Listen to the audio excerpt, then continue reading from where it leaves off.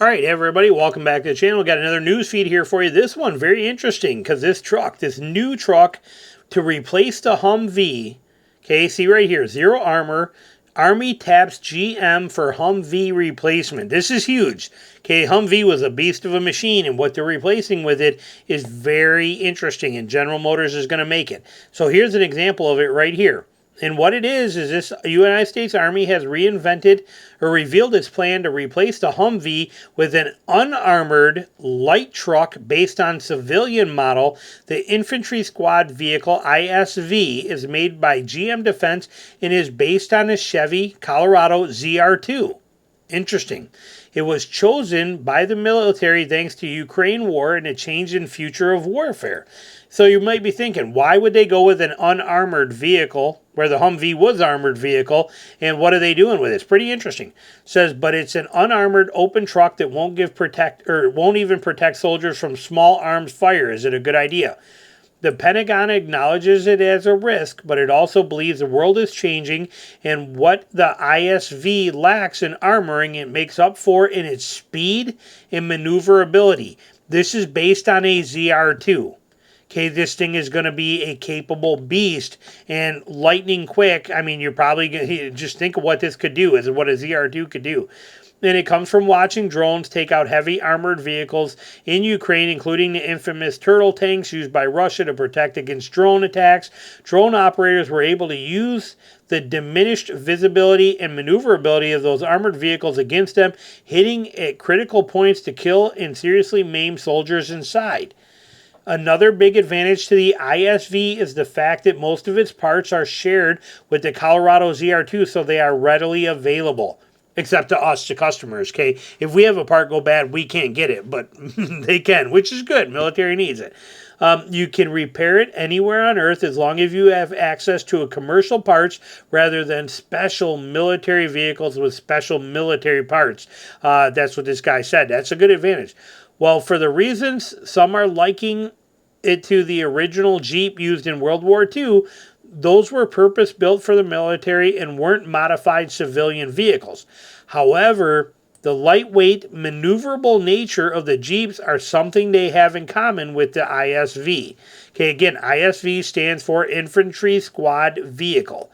So it says right here, the plan is to arm soldiers riding in ISVs with drone and other robots, which can scout ahead for ambushes and traps, and that helps the soldiers stay on the move rapidly, since drone operators supposedly like to hit stationary targets, says Miller. So the longer you sit still and the slower you are, the easier it is to kill you.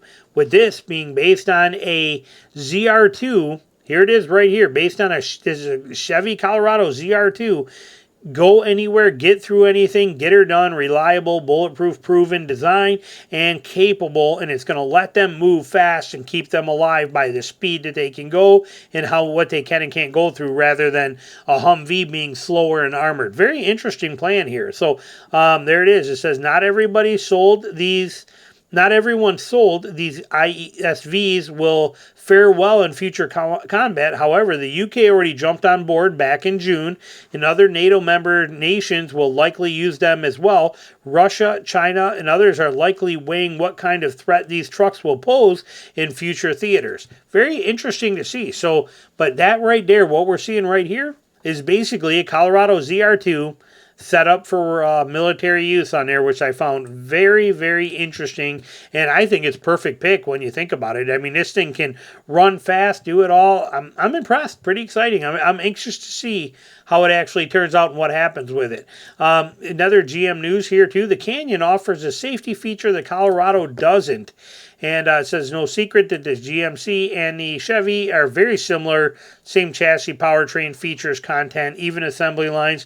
However, in an effort to differentiate the brand, despite their familiar under the sheet metal, GM sometimes give one truck a feature that the other one doesn't get.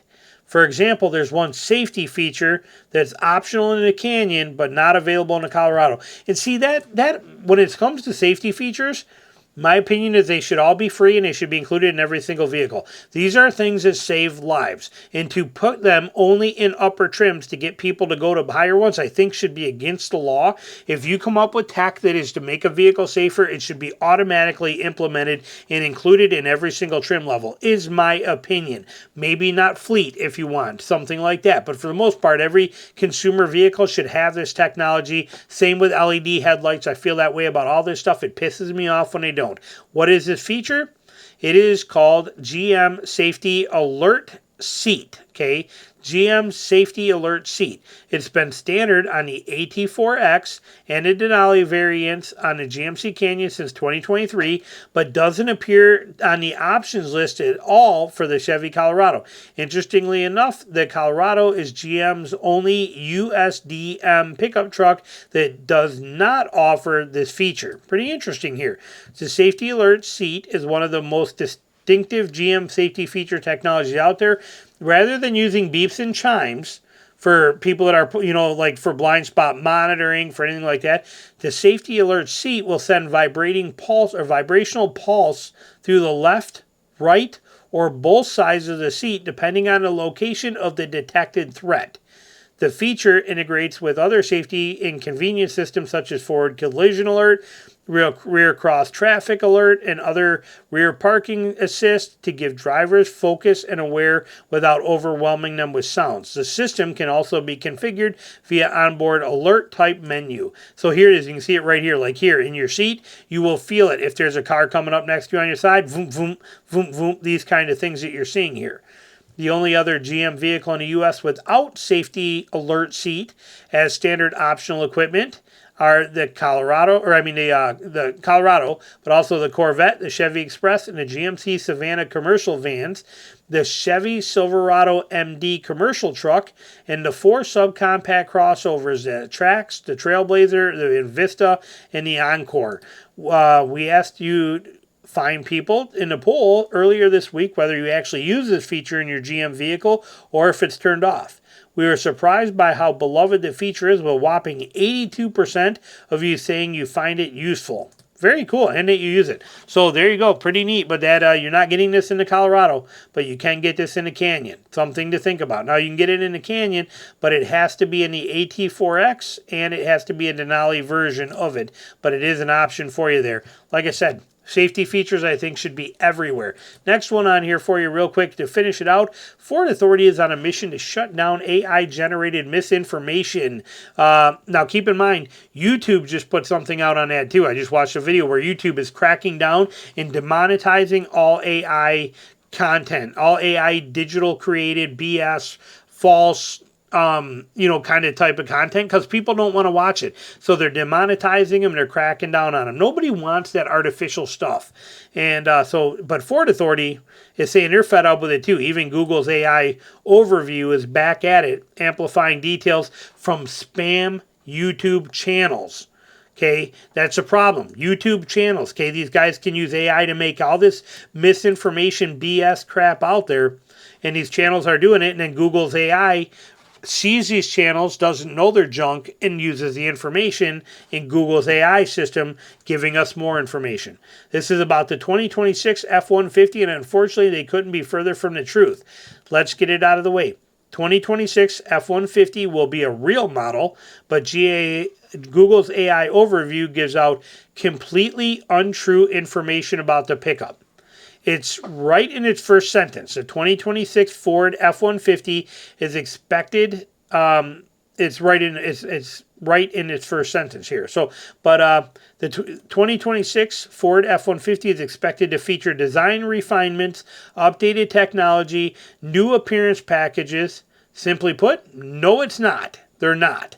The 2026 F-150 will continue without any major updates or changes, which is to be expected since it's not that far removed from its 2024 model year refresh.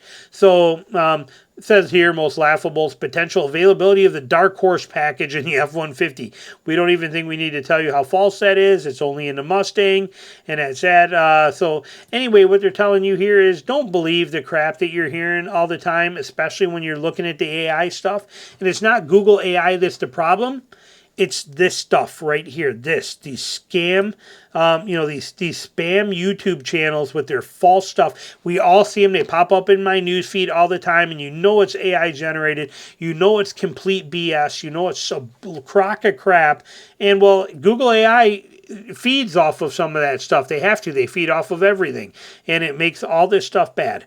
The other takeaway, the Ford 2026 F-150, it's not changing. There's really nothing that's going to happen here. It says right here, 2026 F-150 will continue without any major updates or changes, which is to be expected. This coming straight from Ford Authority, trusted, recognized. There you go. Questions, comments on any of this here, or on that Canyon, or on the new ZR2 being part of the military? Let me know what you're thinking. Thanks for watching.